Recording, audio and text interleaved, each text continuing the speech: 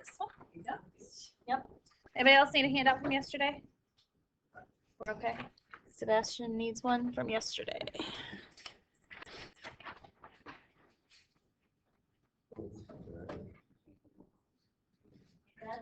Today. Yes, this is yesterday. You have that if you want.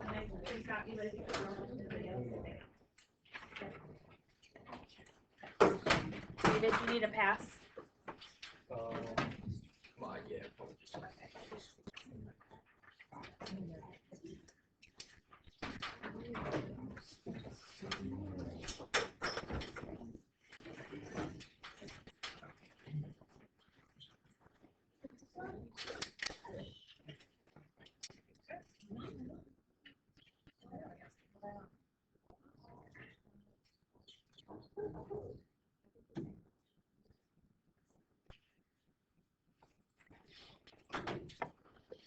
All right. All right, so here are your answers. So this chapter is all about exponential functions, which are reviewed really from algebra 2 for you. We even talked about exponential functions a little bit when we did our parent functions back in, what was that, chapter 2? But you did this a lot in algebra 2. And then we're going to get into logs a little bit also in this chapter. So it's about half and half. Again, logs should be reviewed for you as well for algebra 2. So nothing crazy for our last chapter to wrap it up for this course. So transformations, those are the same rules that we used back in, again, chapter 2 with the A, B, C, D in the big chart, and based on where numbers were, it tells us which way it shifts. You just have to remember that if something is inside the exponent, it's technically considered inside the function when we look at these. Okay, so that's where you would find your horizontal shifts left and right are going to appear in the exponent.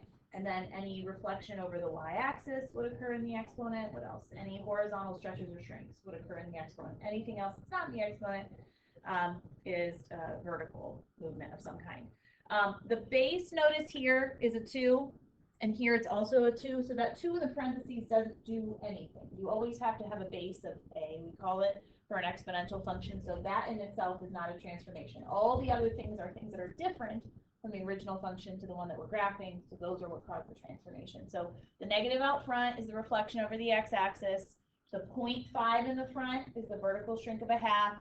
The -2 in the exponent is the shift right 2, and then the +2 at the end is shifting it up 2. As far as graphing it goes, you can pick any values in your table that you want. I would recommend starting with between -2 and 2, just plugging numbers in. The negative ones here get really close to 2. You'll notice it's like 1.99 and 1.9 something else. So when they start approaching a certain number, that's your asymptote. You should be able to see that in the table. And then I just graphed a bunch more here to be able to see my picture there. But we get really close to 2 as we continue up in this table, and that's where I can see that asymptote occurring. Domain of these functions is always all real numbers. We can plug in any number we want. It's going to go forever left and right.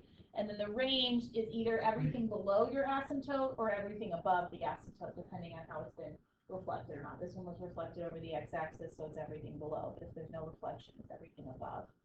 It's always parentheses because it can't equal that asymptote. Also, if you're not sure what the asymptote is, you can look at this vertical shift up or down. That +2 takes my original asymptote, my parent function, which is on the x-axis, and it shifts it up 2 units. And so that's where the new asymptote is located. So when in doubt, look at that vertical shift up or down to see if you can find it there. Okay, what questions do we have on any of this stuff? Cool. Okay, so now let's get to the rest of this lesson. All right, so this is just a little more practice with those transformations. We did problems like this back in chapter 2 where we have a parent function and then we need to change the function to make these transformations occur. So here we have y equals 2 to the x, so the 2 is not going to change. That's the base of my parent function. We want to shift it 2 to the left and 5 up. If I want to shift it 2 to the left, what do I have to put where in this equation to make that happen?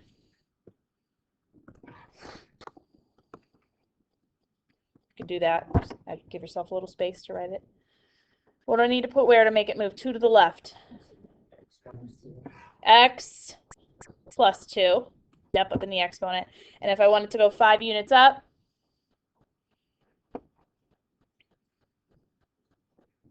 What do I do?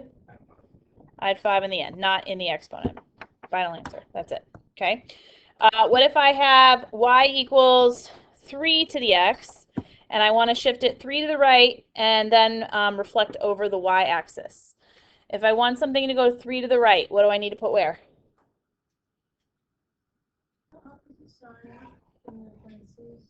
I'm with you, yes, but I don't have a parentheses here, so where do I put it? In the exponent, and it's going to be a plus or minus 3. Minus, because it's to the right. And you can put a parentheses there if you want to. It looks more like what we had in that chart from our parent functions before. I want to reflect it over the y-axis, so is that a negative on the inside or the outside? It's on the inside, so again, that's in the exponent. So you can leave it like that, or you could distribute the negative through if you want to and make it negative x plus 3, which you might have to do in Math Excel.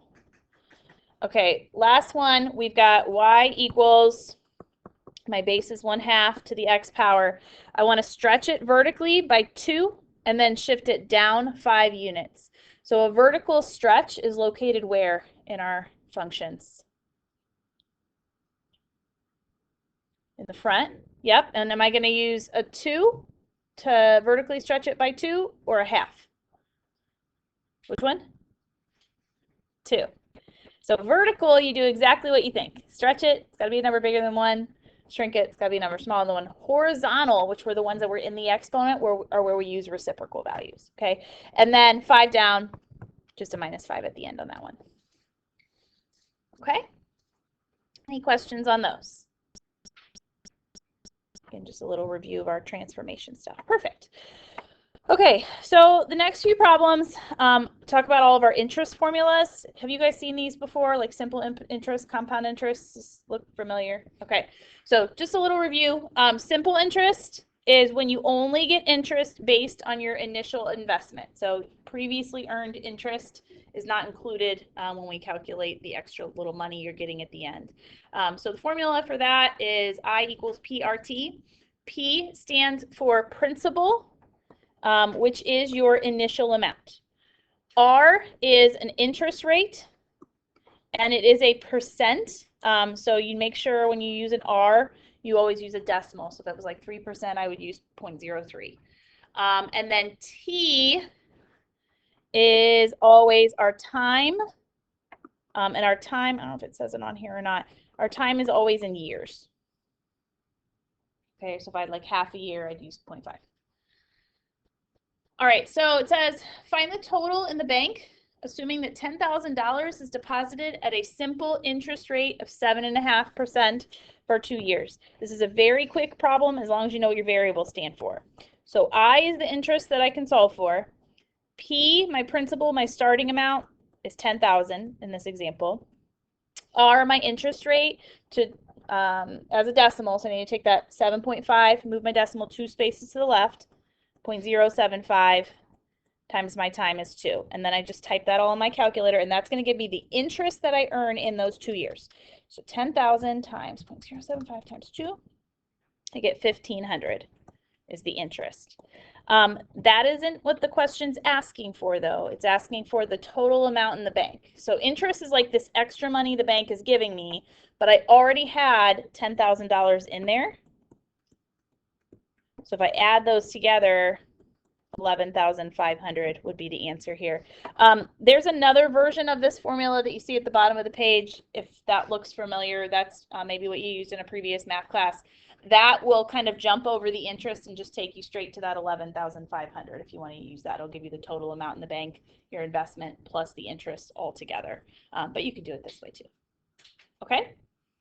Questions on simple interest? All right, so then we talk about compound interest. The formula is here. P still is principal, R is still interest rate, T is still time in years. Couple new guys that show up. A is your total amount after that many years, so that's usually what we're solving for.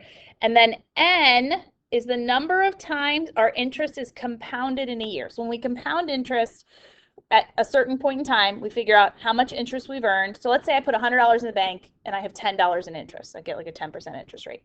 Okay, so I have $100 that I started with and I have an extra $10. That extra $10 is my money and it's in the bank. So the bank says, well, when we compound it, we're going to now take that 100 and we're going to push your $10 into it. And now we're going to consider 110 your initial investment. So you're going to earn money on what you started with, plus you're going to earn a little extra on the money that you earned previously. Okay, so that's compounding. And the more you compound, the more money you get because you're earning interest on previously earned interest. So that's what's happening.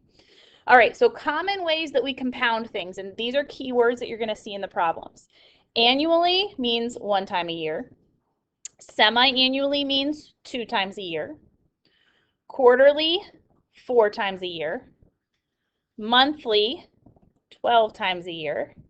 And daily, 365 times a year. So those are going to be the values of n that you use in the equations when you do your compound interest. Okay? So let's look at the problem at the bottom. It says, assuming that $5,000 is deposited at a 6.5% interest rate, find the value of A, so the total amount in the bank, after 1 year if the interest is compounded, and we're going to do it a couple ways, semi-annually or monthly. Let me see if I can move this up a little bit for us. There we go. Okay. So I'm going to write my formula down first, and then I'm just going to fill it in.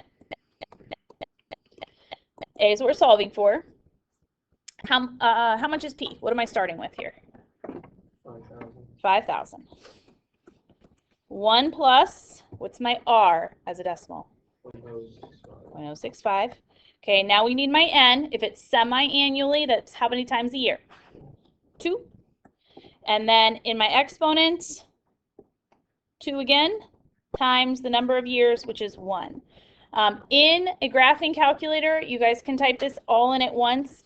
If this was a basic calculator problem, which might be your quiz that's coming up after break, I would put this exponent in parentheses. It never hurts to put that exponent in parentheses, even in the graphing calculator, so it might be a good habit to get in, but you should be able to type this all in at once, okay? Especially with the basic calculator.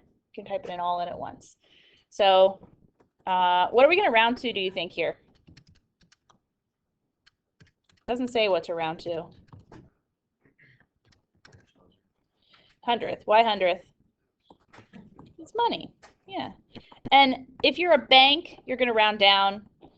We're going to be nice and just round to the nearest penny. Okay. Sometimes that'll help us. Sometimes that'll hurt us, but benefit of the doubt every once in a while. To the nearest penny. All right. So you should get $5,330.28. For part B, what's the only thing that's going to change in my problem? Yeah, so the n now, instead of being 2, is going to be 12. So you could, in your calculator, just edit that number even. If you've already got it typed in. Change it there, and don't forget to change it in your exponent also. So it's going to appear in a couple places. And I get $5,334.86. So compounding it 10 more times in the year got me about $4 more. Okay, so that's the difference in the two values. This isn't like an infinity situation where it's going to go up forever, that if I compound 1,000,000 times, I'm going to have $1 million. Think of this kind of like an asymptote that we're reaching. Okay, it's going to increase and then it's just kind of going to level out. It's going to get bigger and bigger, but it's not going to be, money that just grows forever when we do this. Okay. Any questions? All right. Next, do you recognize this formula? Maybe called the PERT formula, your teacher might have called it. So E, you guys may have also used in science class beyond math, is a number like pi. So it's an irrational number, 2.718, etc. You've got a button in your calculator for E. Actually, there's 2 places you can find it. Right above the division key in blue, and mine's in blue, is the E button. So that's the one that I use most often. There's also an E to the X button, which is right above the natural log, the LN button. And that will just, if I click that one, it'll automatically set up an exponent for us. If you use the other E button, you have to set up your own exponent. It's its own button because often when we're using E, we take it to a power, like in a problem like this. So you could use that and it just kind of saves you a step if you want to. Everything else is the same. P is still principal, R is still interest rate, T is still time in years. This problem is when we compound continuously. Okay, so this is almost like when n is infinity. Think about it, n approaching infinity. It's like one of those limits we talked about before, right? Okay, the more and more I compound, we reach like this number that we kind of level off at. And this is the formula that helps me calculate what that kind of maximum value I could get would be with the amount of money I have in my bank and the amount of time and the interest rate that's given. Okay, so keyword you're going to be looking for in these problems, if you're using PERT versus the other compound interest formula problem, everything will say compound, like this says compounded, but right next to it says continuously. Okay, so as soon as you see continuously, think about our n is approaching infinity and our formula changes just slightly. So here it says find the amount when a principal of $9,000 is invested at a 6% annual interest rate, kind of continuously for 6 years and 9 months. So my principal here is 9,000. E is nothing we're ever plugging something in for. It's its own number. I'm just going to leave it there. And then my exponent, which again, you can get in the habit of putting that exponent in parentheses. My decimal, my rate, 0.06 times 6 years and 9 months. So you have to know 9 months is what fraction of a year, or what decimal. Yeah, it's 3/4. We know there's 12 months in a year, 9 out of 12, 3 out of 4. The decimal's probably easier to use. 3/4 we know is 0.75. But you could do 6 3/4 if you want to. And then you can type the whole thing in, again, round to 2 decimal places. Okay, so if I compound as much as possible continuously within any year with this amount of money at this interest rate for this amount of time, the most I'm going to be able to get, kind of like our asymptote, is about $13,000, maybe $500-ish. Okay.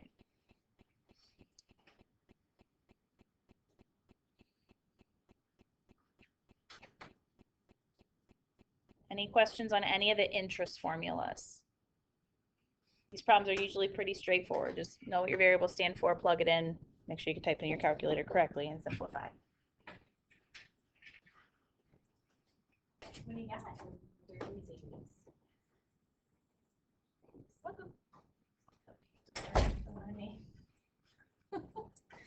Okay.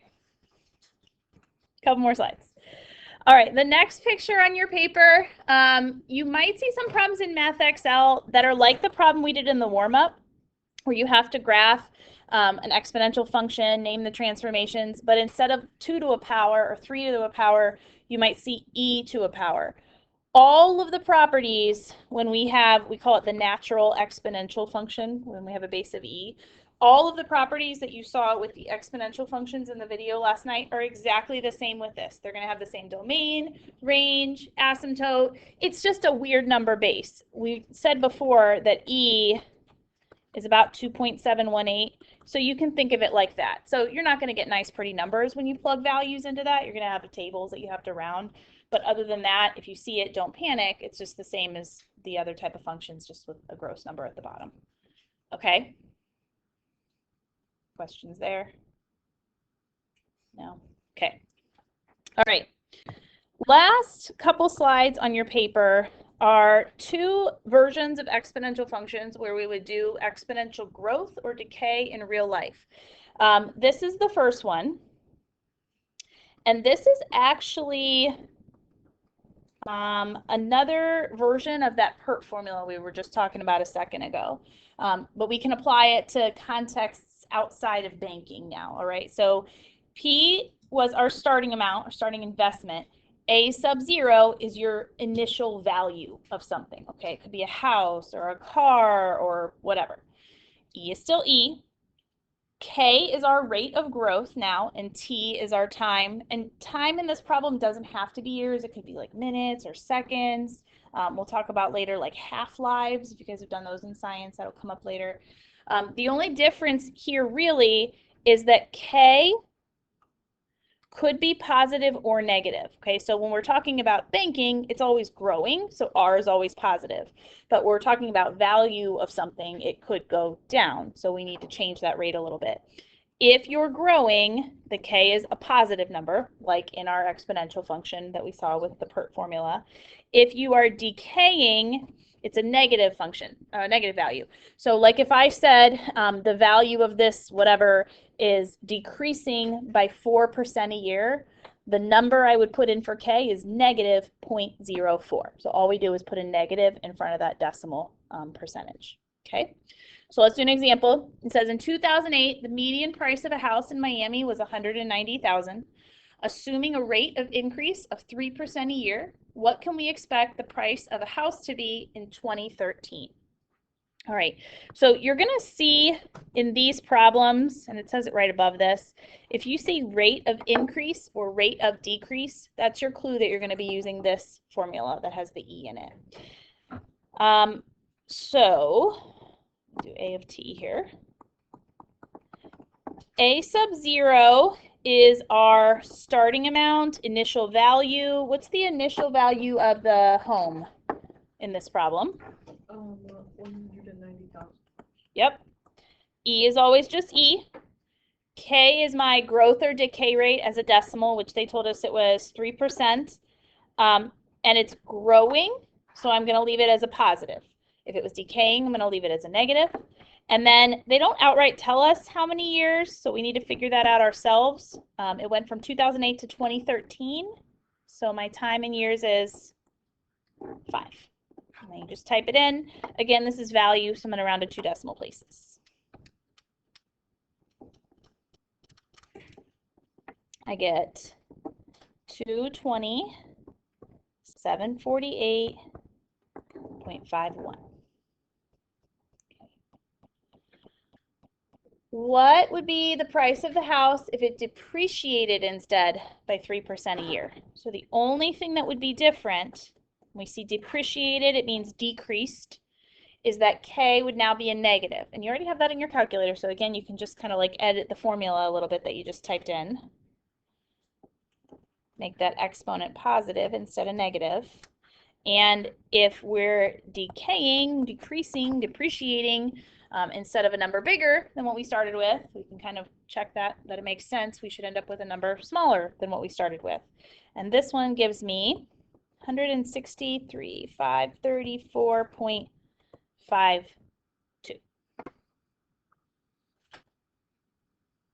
Do we never reduce these down to A? It's just going to be AT. A of t is just a function notation. Right. So yes, it's not like it's a single variable over there. It just means y. It's just your valuation after t years is what that represents, but nothing you have to do on that left side. Okay. Questions there? All right. So if we see rate of increase or rate of decrease, then you're going to use this guy. The other version, in the last slide we're going to talk about today, I think this was our last slide. Yeah, it is. Okay, is this formula. This is the one that you guys probably used in Algebra 2. Y equals A times B to the X, or it might be F of X equals A times B to the X. We a lot of times saw it in function notation instead.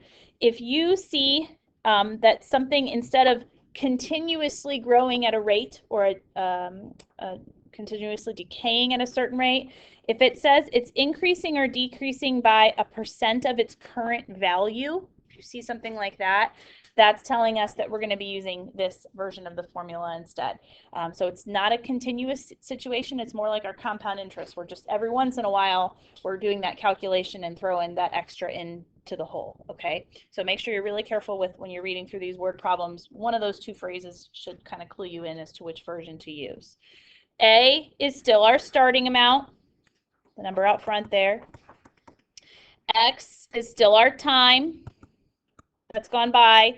And this time B, if you remember from Algebra 2, is called our growth rate. If B is bigger than 1, it grows. If B is less than 1, which will actually be between 0 and 1, it's going to decay. So B, our growth rate, always has to be a positive number. Everything's always going to be positive when you plug it into this formula. But if B is something bigger than 1, we're multiplying by something that's larger, so it's going to get bigger. If b is between 0 and 1, we're multiplying by something that's smaller, and it's going to therefore make something decrease. So a lot of times this is used with things like half-life problems, bacteria growth, things like that. It says each minute, a culture of bacteria increases by 5% of its current amount, okay? Even if I didn't say of its current amount, it says each minute is when this happens, okay? So it's kind of like a spontaneous, at a minute, it expands. At another minute, it expands. So it's not continuously growing based on the information we're given here. If there were originally 25 bacteria in a jar, how many will there be in 1.5 hours? Okay, so my formula, y equals a times b to the x. A is my starting amount. There are 25 bacteria in the jar. B is my growth rate. Now I want something to grow by 5%. If I just put 0.05 and I multiply something by 0.05, it's going to get smaller. That's not going to make it grow. So I need to make sure that what I put in here is a number bigger than 1 to make it grow. So what can you multiply by to make something increase by 5%? Yeah, you actually have to add it to 100%. So 100% is what we start with. And if I want it to grow by 5%, I use 105%. So what if I wanted it to decrease by 5%? What would I use instead? You would use 95% instead. So think of like 100 like our baseline that we're going to use for B. And if I'm growing, I add something to 100. If I'm decreasing, I'm taking it away from 100. Never any negative numbers. Make sense? Okay. And then X is my time. Now this problem's tricky because it said each minute, and then here it gave me hours. So what do I have to do there? I have to convert it. 1.5 hours is how many minutes? That's going to be my exponent. 25 times 1.05 to the 90th power gives me 2018.26. This is number of bacteria, so I'm not going to have like a decimal, so I'm just going to say closest I can get to is about 2018. Label it bacteria.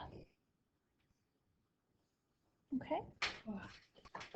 All right, and that is the end of 4.1. So, again, if you didn't watch the video last night, we recapped a little bit of it today, but it probably is worth your time to do that.